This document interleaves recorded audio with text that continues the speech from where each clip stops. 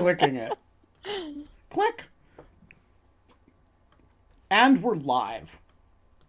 It is Friday, October 22nd, 2021, 5 o'clock p.m. We are on time today. It is cheese night.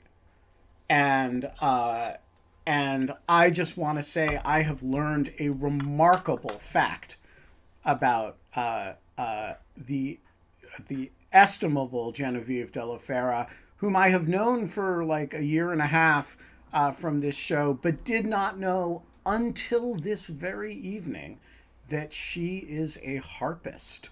Although she assures me that she is a lapsed harpist because Mm-hmm. she doesn't currently play the harp. But every time she appears on this show from her apartment in New York, just off camera, there is a full size concert harp. Lion and Uh, Healy. and I just want to say that is awesome. Harpists, when I was at Oberlin College, you could always tell the harpists from quite a distance, actually. So they were characterologically quite different from all Really? the other instrumentalists. First of all, harpists were they got dressed up for their lessons. Nobody else in the entire Oberlin Conservatory did that. But they would, put on sort of businessy clothes, and nobody in entire Oberlin College wore business clothes. But you could always tell a harpist because she was wearing kind of a businessy suit, or at least a dress. The harpists were almost uniformly female, not uniformly, but almost uniformly. And secondly, they all came from the Midwest. Now, Genevieve de la Fera does not come from the Midwest. Really? Um, yeah, That's there such a was this. fun fact. It was such a uh, uh, like it was like a cultural stereotype. The harpists. Anyway, how did we not know this about you, GDF? Again, I talk so much and I still sometimes manage to bury the lead. How long have you played the harp? Well, I started playing it when I was much, much younger. So probably like third grade, um, maybe fourth. And I played it all through high school, and like then in like college, I decided I wanted to take a break, and it's been an extended break, but I still have my harp. And So how long has the break been? oh, over 10 years. And I keep getting it restrung to get myself to like re to like force myself to start again, and so then I'll do that. And then I become so distracted or preoccupied with like other interests that my practice suffers, and then I like have to start all over again. So I'm actually probably due for a restart, and I'm thinking I have to get it restrung, because one of the things about the harp, particularly, is it's very temperature sensitive. You're aware of this? Yeah. And so One the of my children played the harp for a while, oh, really? although this person did not get dressed up for lessons and was not from the Midwest. Um, so yeah, I am familiar Yeah, with the the gut strings. extreme idiosyncrasies and temperamentalism of the harp as an instrument. It is a diva instrument, that is for sure. And not the people who play it, but just the instrument itself requires all due respect. And so mine is somewhat resentful of the time that I've spent away from it and the temperature conditions it's had to live in.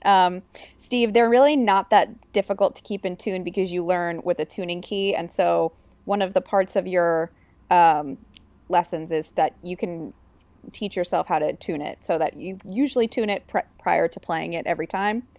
But Um, but but it's, let's but wait, uh, let's start with the point that unlike a piano, you oh, have yeah. to tune it every time you Yeah. play it. Yeah. So the answer to Steve's question is yes, harps are a bitch to keep in tune, like lutes. Um, That's true. But I guess it's part of the whole maintenance and giving it its due respect, I guess, as the diva instrument that it is. We are not. So there is one instrument that I think rivals the harp for true diva status, and that is the bassoon, um, where the bassoonists I have known spend hours and hours and hours carving their own reeds and Wow. and soaking them and it's a weird, like, they're like vinologists, oboists too, Richard. Yes, the whole oboe family. The really weird ones are the English hornists.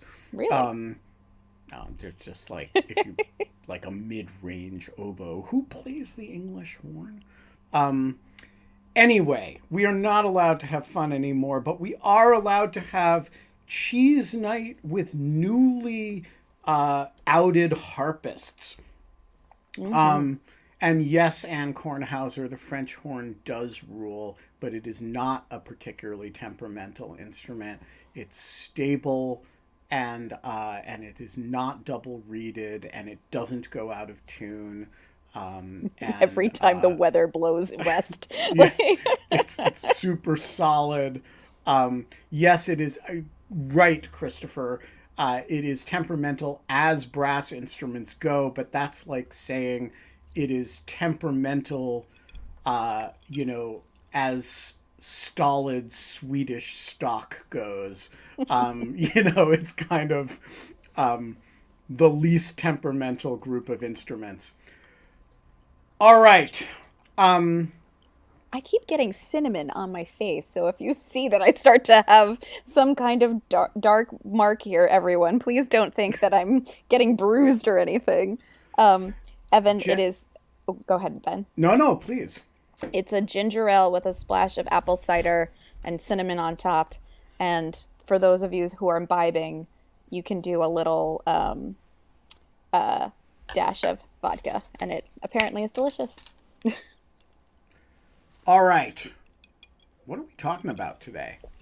Paula's boy problems. I want to know. Yeah, so let's start with Paula's boy problems. She's waived privilege, so let's bring her on to talk about it.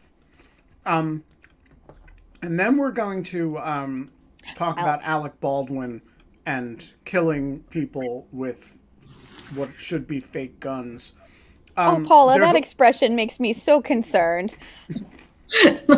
That was my expression about the fake guns thing too, because I listen. This is so nerdy to like a podcast that like goes into background about the TV show The Office, and they talk about like the stuff that the work that goes into props, making props, and like seeing that story was quite shocking to me that like they gave an actor that kind of weapon. So not to jump the gun, but I've heard that it can that's the malfunction is not something that is normal, but it's also not something that's unheard of.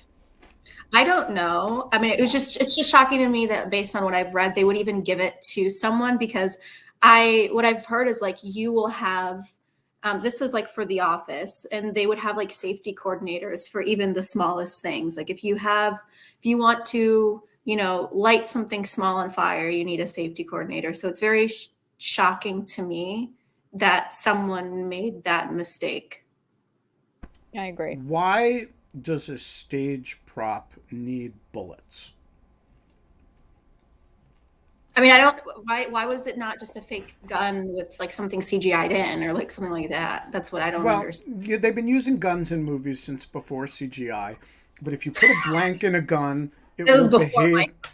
It will behave. Yeah, I know that you didn't exist before CGI, but there's like, Rick in Casablanca kills Major Strasser. Major Strasser has been shot. Round up the usual suspects.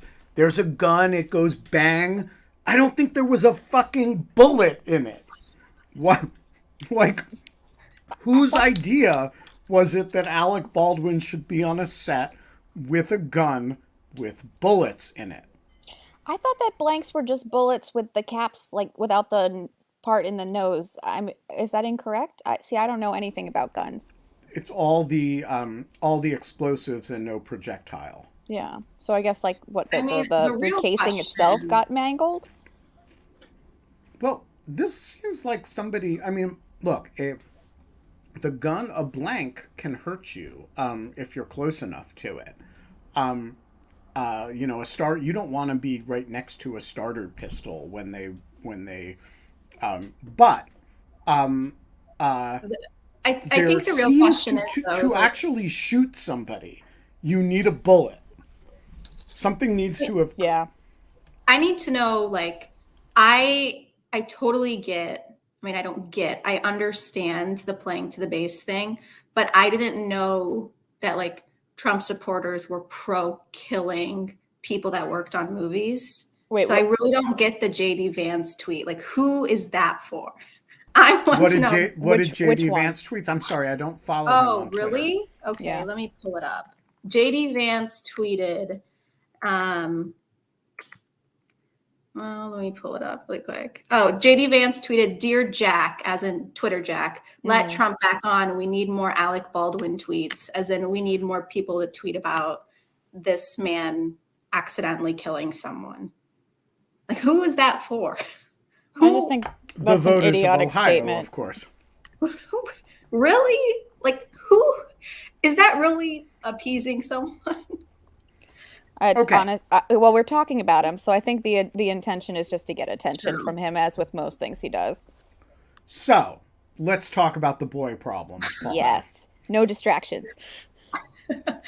It's getting annoying to find someone who has I feel like the field of people I can date is so small.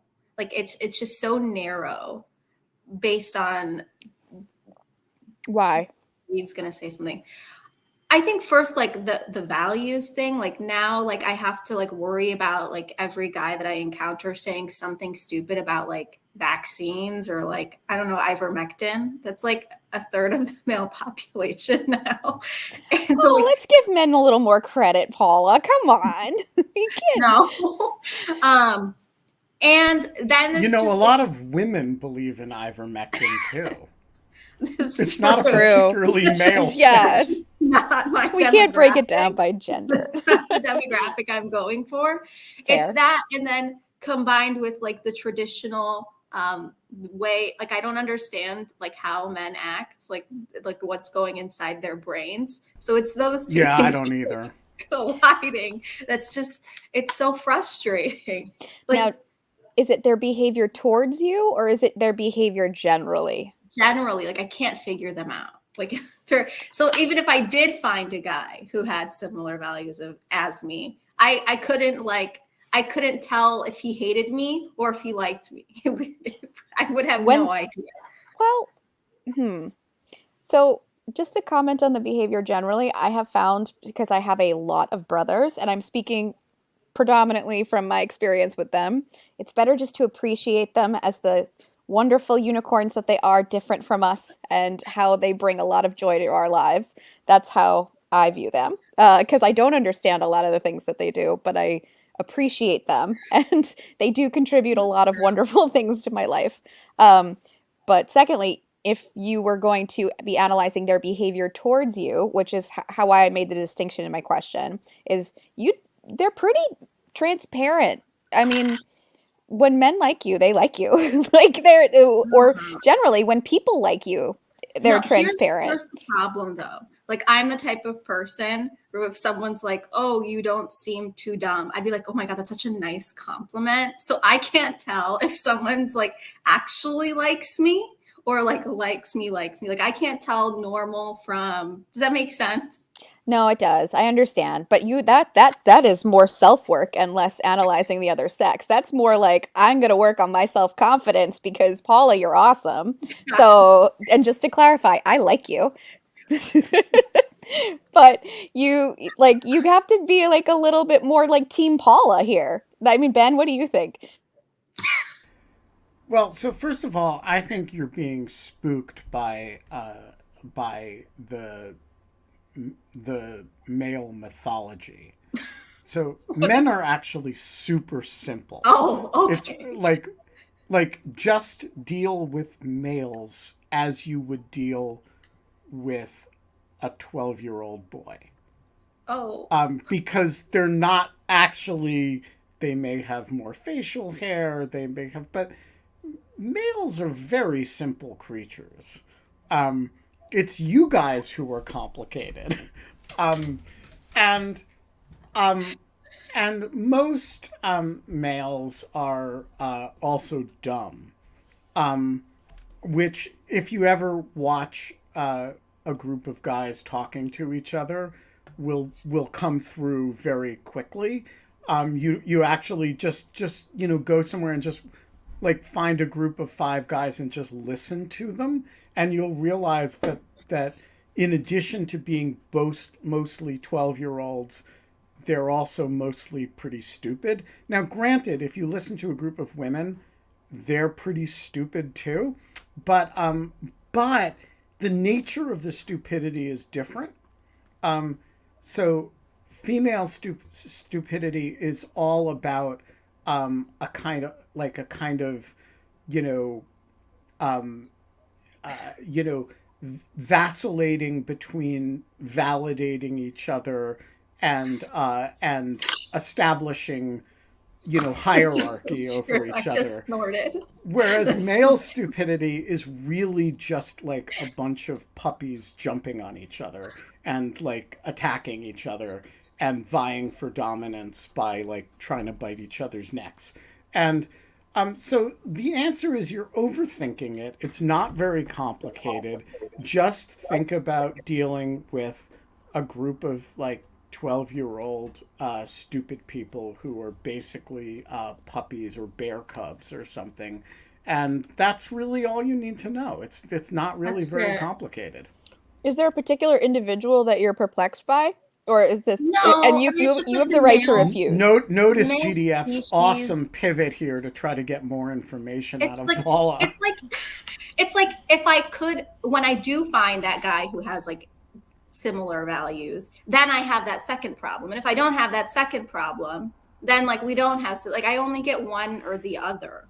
Does So that make sense? I almost always say this in the other direction, but so I often give people job talks, and there are some people in the audience who I've had this conversation with that looking for a job is exactly like dating. Um, you know, like and but this is the exact reverse of that. Just think of it as looking for a job. I mean, if I I told mean, you like honestly, most dating is like a job interview. It's like, so where'd you go to school? What do you do? What's your it's the job same like? How conversation. long have Oh you been there? Yeah. no. I'm trying. It's, I think also like it doesn't help that like I don't drink or party. Like I got invited to, he's like, do you want to come to this like small Halloween party we're having? I'm like, no, I'm gonna go work out instead. Like that doesn't help my But I actually chances. I disagree so much with that though, Paula, because you're going to find the type of person with the shared values when you do the things that you love to do. If you go to a party, you're going to find someone who's incompatible and like are you like That's true. so what and that's a Plus I waste of don't your like time. Halloween, so I'd yeah. also just like to point out Oblio's statement in the chat. Focus on whether you like them. Who gives a shit if they like you? You should be like vetting them. Sorry, So excuse me for that would swearing. mean that I would have to face potential rejection. Oh yeah. Look, if you're not being rejected like 5 times a day, this is another thing I always say in the job context. If you're not applying to enough jobs to get a couple rejections a day, you're not doing it right. Maybe that's my So problem no, because no, I was rejection is thinking, good. see, Rejection I is was Growth. freaking thinking I should not feedback. fail. Like I need to hit it out of the ballpark immediately. And if it's not absolutely perfect, Dating All is right, messy, Paula. Daniel, you're out of your native habitat. You're wearing an Hi, Daniel. obviously blue shirt. You're not backlit. Do you have any advice for Paula? dear I God. would I would just say I think Genevieve is getting spot on advice. So Who's Jim Banks? the congressman that's been writing letters The under one who's false been lying. pretenses. Oh, I haven't followed this. So I've been dealing with a different story today. What's been going on? He's pretended he's part of the January 6th committee. Has been signing Oh, he's letters the one who suggesting was he's the committee. removed. Yeah, he was never selected for it. And he's been writing letters to try to get information from government agencies posing as the ranking committee member. Excellent. And I'm wondering, I guess my question is mute, but I'm wondering whether there's any potential criminal exposure here. Well, so first of all, the question is, does he have any advice for Paula? That's the first question. If not, Did Daniel just cut out on purpose? No, he's refreshing. Or there's internet. Daniel is unusual among Greek chorus members in that he asks his question and then he vanishes himself. So, most people just kind of wait for me to dismiss them, but Daniel, you see, I think he just disappeared himself. So I haven't followed this story because I've been wrapped up with other things today. But as I recall, Jim Banks was one of the people that Mr. McCarthy appointed to the committee, and Nancy Pelosi vetoed and appointed Ms. Cheney and Mr. Kinzinger instead. And so I think he maybe is taking his original appointment at face value. The answer to the question of whether there is criminal exposure is that I'm going to be disappointing here. I think the answer is very likely not, but if there were, it would be extremely fact dependent. So here are some situations that could convey criminal exposure. If he were representing himself as the ranking member of the committee and somehow monetizing that could be a fraud, right? If he was causing somebody to behave in a fashion that they wouldn't otherwise behave because they think they're actually dealing with the committee, I think since you're probably dealing with people who are represented by counsel and who are probably, maybe federal agencies or whatever, I think the likelihood that you would actually end up in a situation. I see Jacob says he's been asking people to send him the same documents. So if somebody, that's actually an interesting question, right? Like, could that be considered as fraud? And I think the much more likely basis for action against him would be through the ethics committee, not as a criminal matter. But everything I know about it, I have learned in this conversation, so I'm, take it all with a grain of salt, the size of, your heads. Can I piggyback wedge of cheese off of that? Speaking of being held in criminal contempt, maybe I missed it on like a lawfare podcast, so I apologize. But what really happens with Steve Bannon? What does that really mean? Does it hold any weight? So you did miss it. We had a long, detailed conversation on the Lawfare podcast with the awesome Jonathan David Schaub, who is a former OLC lawyer who works on executive privilege matters. And I would refer you to that conversation, which is super detailed and useful on this. Genevieve just shared it. I just want to say Lisa just shared some really great dating advice, which was don't date people like Steve Bannon. That's right. We try on the French Village podcast to include relationship advice in each episode because like not dating the SS guy is generally good dating advice. I mean, a lot of people in the show seem to have trouble with that one. Same principle But applies here. yeah, like just Literally don't date Steve Bannon or Jim Banks. That's right. All right, Paula, you're a great American for humoring us with. Thank you for calling me an American. You're a great Lebanese American, even if you did not grow up speaking Arabic at home, except by watching television shows. All right, we have others who want to get in.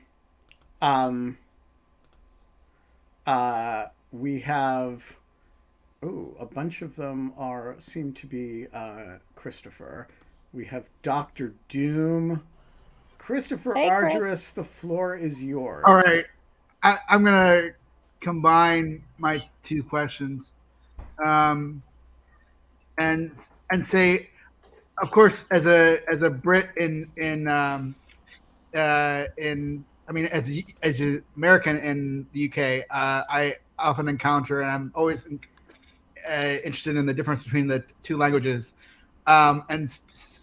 Speaking of jobs, I was interested in the American interpretation. If you share my disgust at the standard British phrase of email or job rejections, where they say you have not been successful.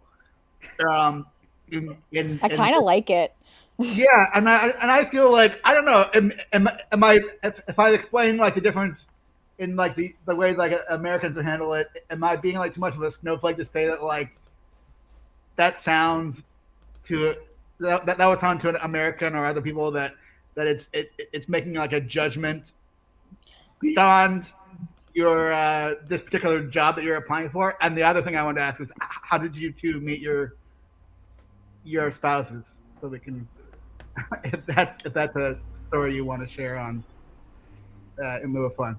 Well, she sent me a letter that said you have not been successful. And I sent him a letter, you have not been successful, try again. No, Tammy and I met in college. Andrew and I also met in college. Okay. But Boring. yeah.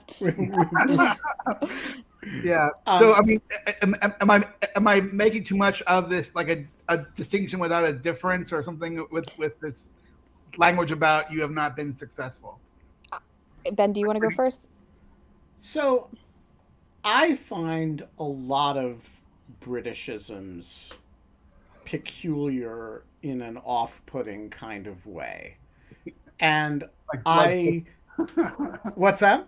Like the food, like blood pudding and haggis. Oh, no. I mean Britishisms in language. I'm like sure. there is a and I'm sure there's a million Americanisms that a reasonable Brit finds off-putting. I don't know, like,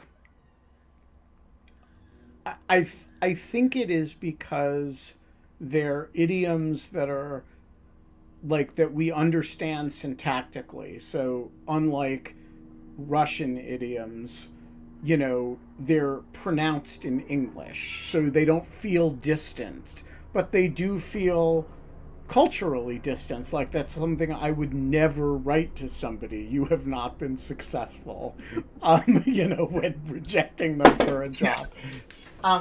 So but I actually think it's an example of the greatness of the English language, that we have these very subtle regional differences that are like enough to make you like, I would feel rejected if I got such a letter. Yes, exactly. And you're like a life failure for you have not been successful. That's right, in life. Yeah. I take such a different perspective. I think this is so interesting.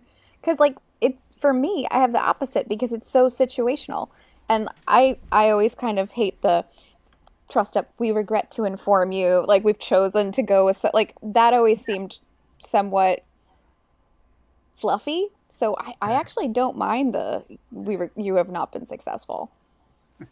Is that weird? Uh, I no, don't know. it's just a different reaction. But I'm with Chris. I think like it feels like a character judgment Yes, exactly. rather than Exactly.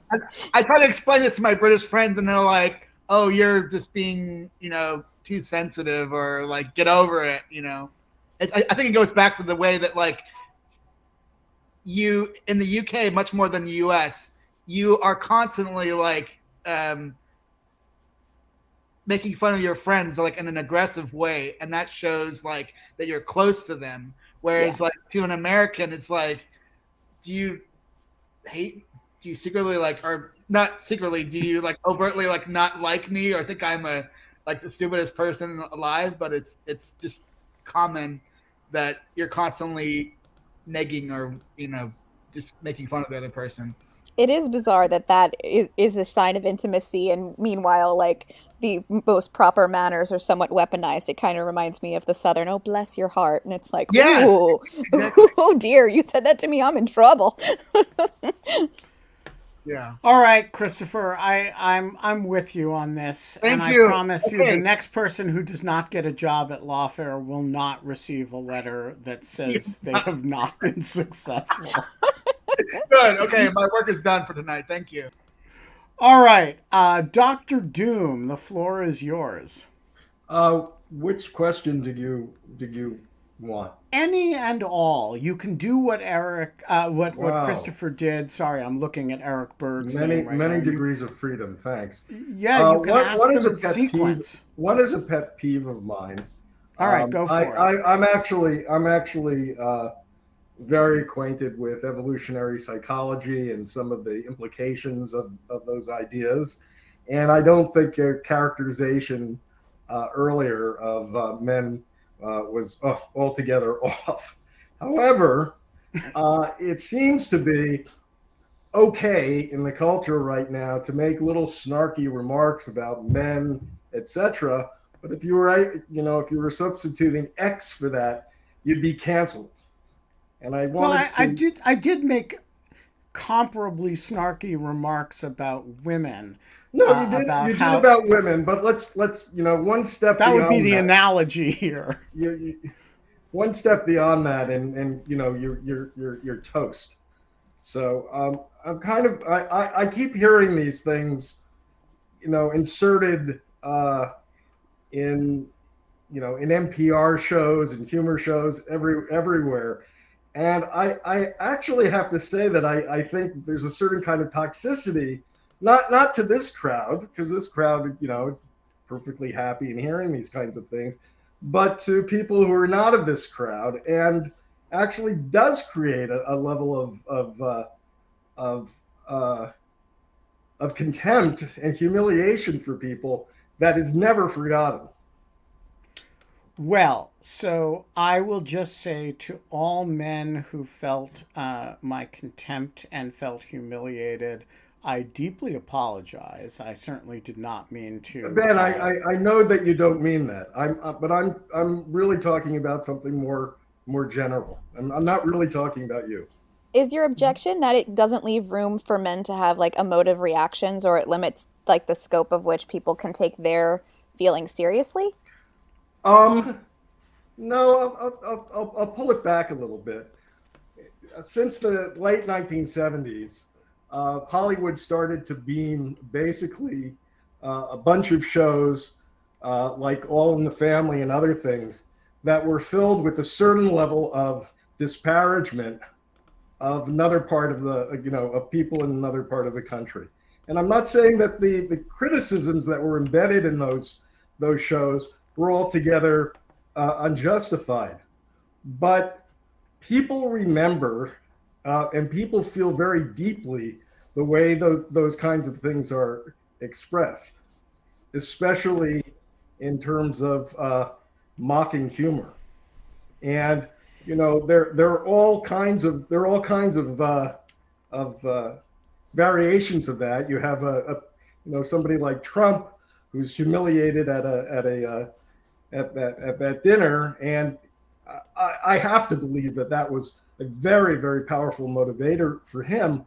You have Hillary Clinton, who made probably the worst political guffaw, faux pas that I've ever heard, which was the comment about sifting people into baskets. People are not objects that are sifted into baskets. The criticism may be valid about the attitudes, but nobody wants to be reduced to an object that you float. So I'm this kind of casual quality that I've seen among people that I know, probably myself at times. I'm just curious about your opinions about this. Oh, do you have thoughts, GDF? I'm still forming my thoughts into a cogent sentence. So I am largely sympathetic to this complaint. That is that we can be, as a society, hypersensitive to slights against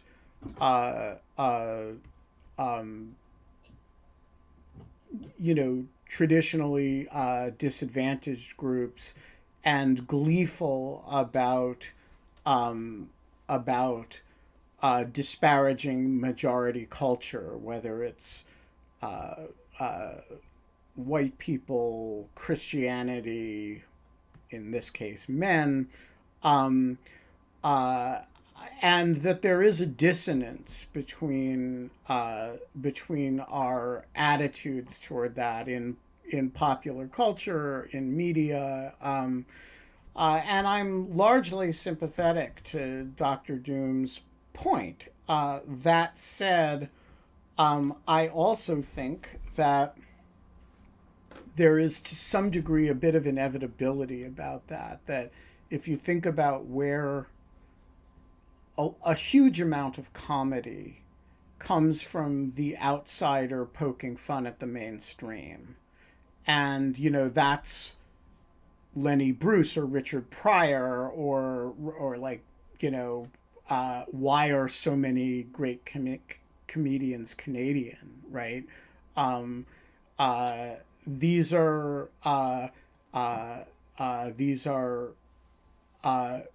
cultures that are very proximately close to mainstream American culture, that are just different enough to have a unique insight into it and we traditionally accept that as a form of critique that is not offensive, but that the majority culture is big enough and dominant enough to just kind of accept and internalize.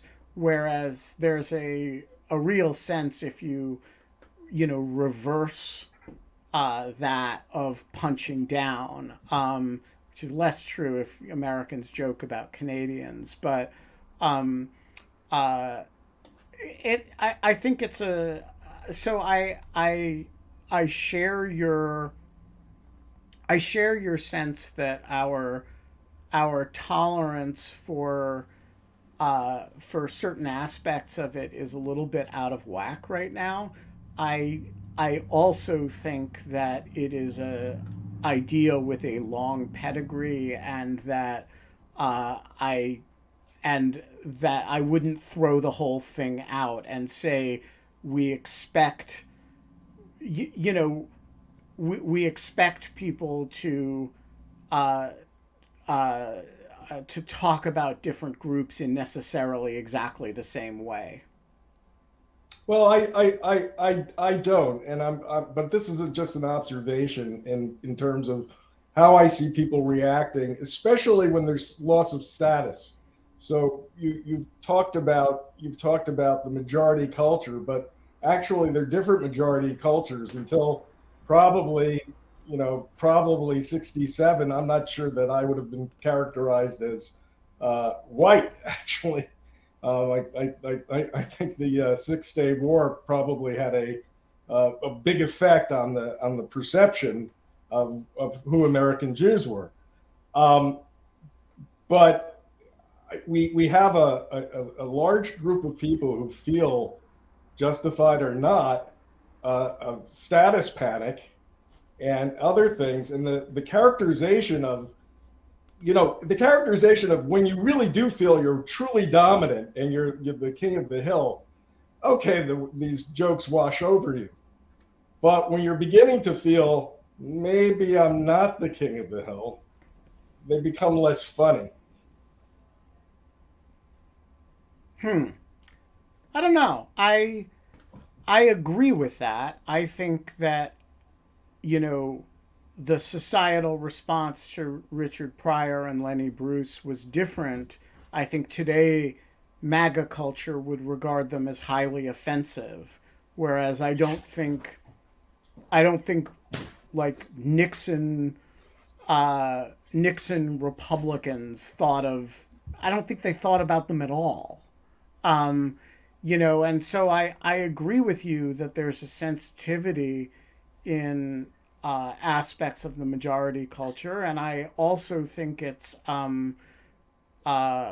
worth a certain sensitivity to that, just because being sensitive to people's concerns and sensibilities is a nice thing to do. That said, when somebody shows up on the show and says, I'm having boy troubles, I'm not going to resist the, hey, men suck and they're simple beasts joke. That's just asking a lot of it me, is hard. Doctor. It is a wind up, softball pitch. I mean, it's like a freaking we grapefruit-sized hanging curveball. And, you bring her on knowing that she's throwing you that curveball, and you want me to pass that shit up? I can't do that. I empathize with your point of view. We're pretty tough here in Latveria too. So all right, man. All Good right. talking with you. All right. Eric Berg, who is not in Latveria, who is in Idaho. This is true. Where's yours? I was going to see what is some of your guys' favorite. I'm saying this because it's raining outside, and anything I want to do outside today has been taken off to do other things. So, what's your favorite, books, media, musicals, movies, shows that you like in the fall season? Ooh. GDF? Fall culture? Well, I've been watching a lot of the Great British Baking Show. Because I find it to be especially joyful, and when you think of competition shows, so often it's negative, and it's just such a lovely community that it makes me feel really optimistic about everything in humanity. And so, especially as we lead into some elections, I find that I like to focus on media that's slightly more optimistic. And then I've been listening to a lot of audiobooks because my hands are a little occupied most of the time. And I'm currently listening to, Scott had recommended this, The Cheese and the Worms. So what's that? I just started it, but it's a book by, hold on, I'll tell you. It's by Carlo Ginzburg, and it is, I don't want to play it, The Cosmos of a 16th Century Miller. And it had gotten brought up on a previous show, and it was on my list of things to read. So that's what I'm currently doing. Ben? Interesting. What is your favorite fall cultural items, Mr. Berg?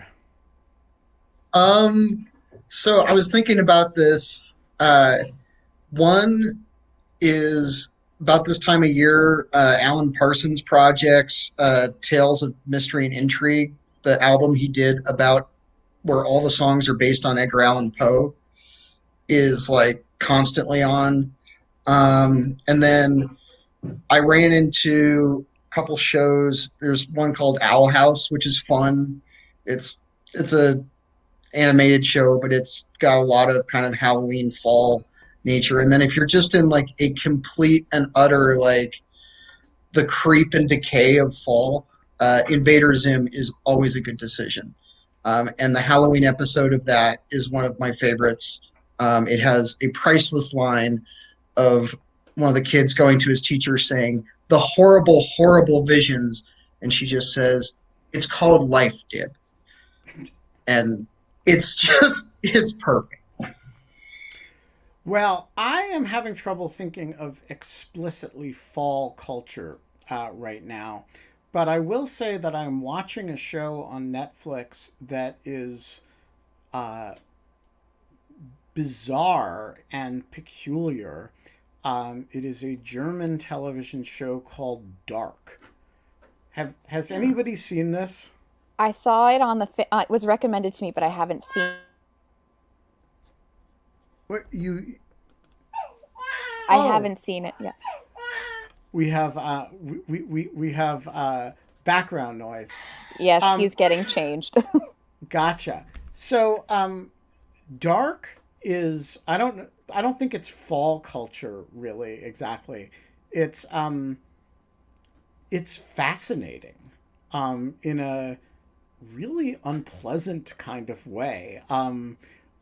And it is about the disappearance of children in a wooded German town. Um, and uh, and I haven't quite figured out what it's really about. Yes, it is also, Dave, about a time traveling cave, which is involved in the disappearance of the children, um, and um, and it's about growing up with people who you don't know are your parents because they were kidnapped as small children and moved back in time and turned out to be your parents. It's really odd, and quite well done. And I don't think it has anything particularly to do with the fall, but it's what I'm thinking about right now because I've been watching it. I have that same thing with the Count de Monte Cristo. Like for some reason, it has no connection to fall whatsoever. But like the musical soundtrack goes on. The There's a show which is an animated version of it called Gengitsuo that's excellent. I don't know why. It's just fall to me and revenge. All right. Well, excellent. Richard Wattenbarger, I've talked to you a fair bit today I just on this particular medium, and this is now the third or fourth time. yeah, you can't shake me, can you? Can't get rid of you. And he never would want to. So people will notice the fan is not spinning. It's This true. is What do you think of making fun of men? oh well, we had it coming for a couple of million years. So Particularly Bruckner. all right, okay. So, I'm not that sensitive about Bruckner. I just, just so, um, hey, I was just curious since you both have uh, a past playing instruments, if you had any, and were pretty serious about it. If you have any particularly memorable moments that that stick with you, it's like that was really fun. That was so great. I wish I could do that more, or something like that. That's an interesting question. Do you have any particularly memorable playing moments, I, GDF? I do. I had worked on a piece, I can't remember what it was, but I was so proud to play it for my grandfather, and he cried when I played it. And so that was the moment that has stuck out to me the most. So the I'd have to think about this for to but the moment that I'm thinking of took place at a youth orchestra, probably when I was 16 or 17, and I had I'd had an injury that eventually stopped me from playing altogether, but I hadn't played in quite a while. And when I showed up to this orchestra, people who could actually play the French horn were in quite high demand, and so I used to, at that time would just like people would call me and say, "Hey, can you come play with X and such?" And I would, sort of show up. And this group was playing Beethoven's Eighth, which has an amazing horn part in the third movement.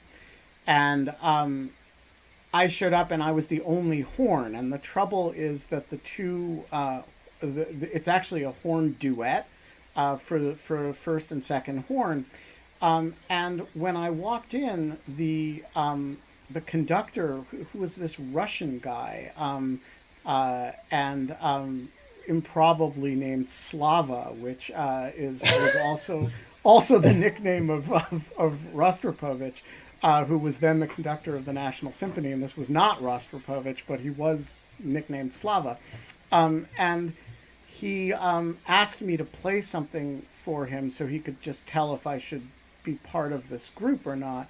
And I explained to him that I had had an injury and I needed to warm up, and I was like really had not played in a few weeks, and he insisted. And so I played something, and it was just awful, and he was quite disgusted with me and sort of allowed me to stay for the rehearsal. And so we come upon this third movement where there is no second horn, and I have just humiliated myself in front of the conductor. And so I just figured, leave it all on the table. So I grabbed both horn parts and I played both, which there are parts that there are duets, but there are parts that they're trading the melody. I have never had a moment where I changed somebody's opinion of me more completely, more quickly than that. And I still remember at the end of the third movement, he just looked over at me and said in a thick Russian accent, "Bravo, horn, very difficult part." And so that was my impressing Slava in Washington, who was not Rostropovich. I just have visions of this being the horn version of someone trying to sing both parts to "Baby It's Cold Outside." Well, it's so the horns in Beethoven's Eighth are it makes no sense to play only one of them, but it makes even less sense to play the first horn part and then leave the second horn part blank, because it actually doesn't work. There's like they're trading the melody back and forth.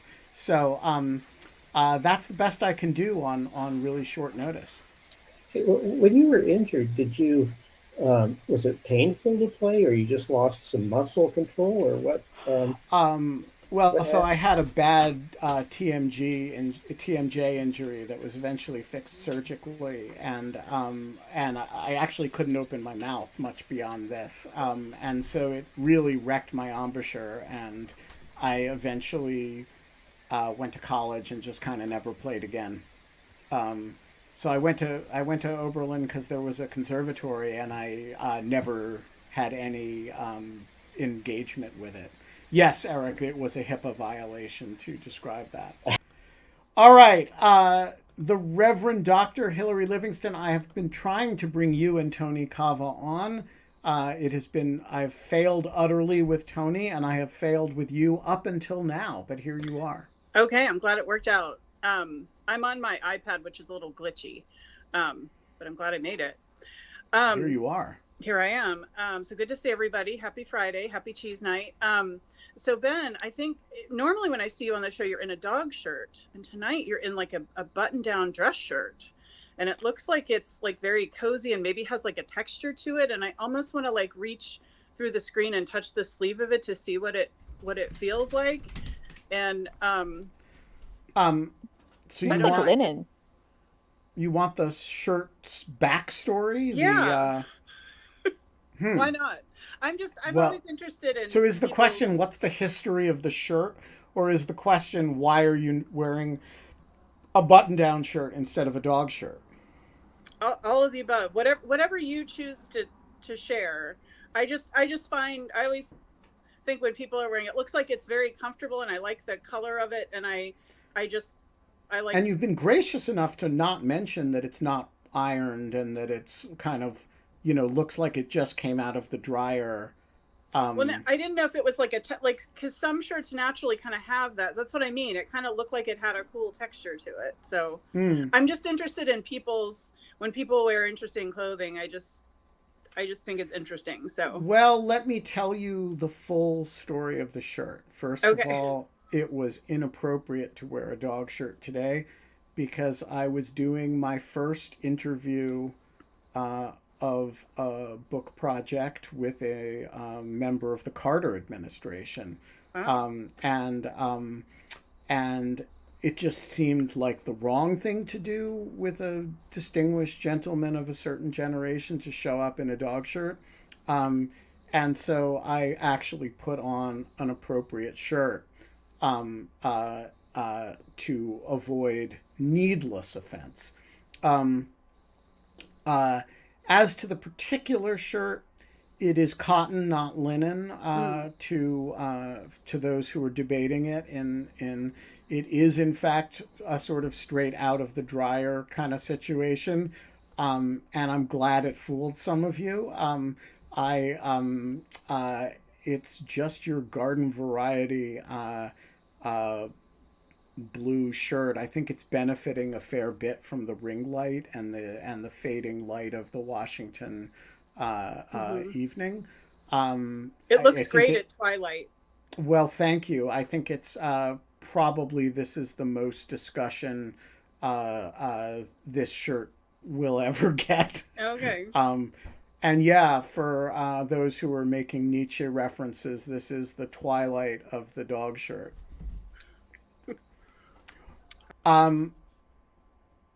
GDF. Should we bring on one more? Give Tony Cava one more question.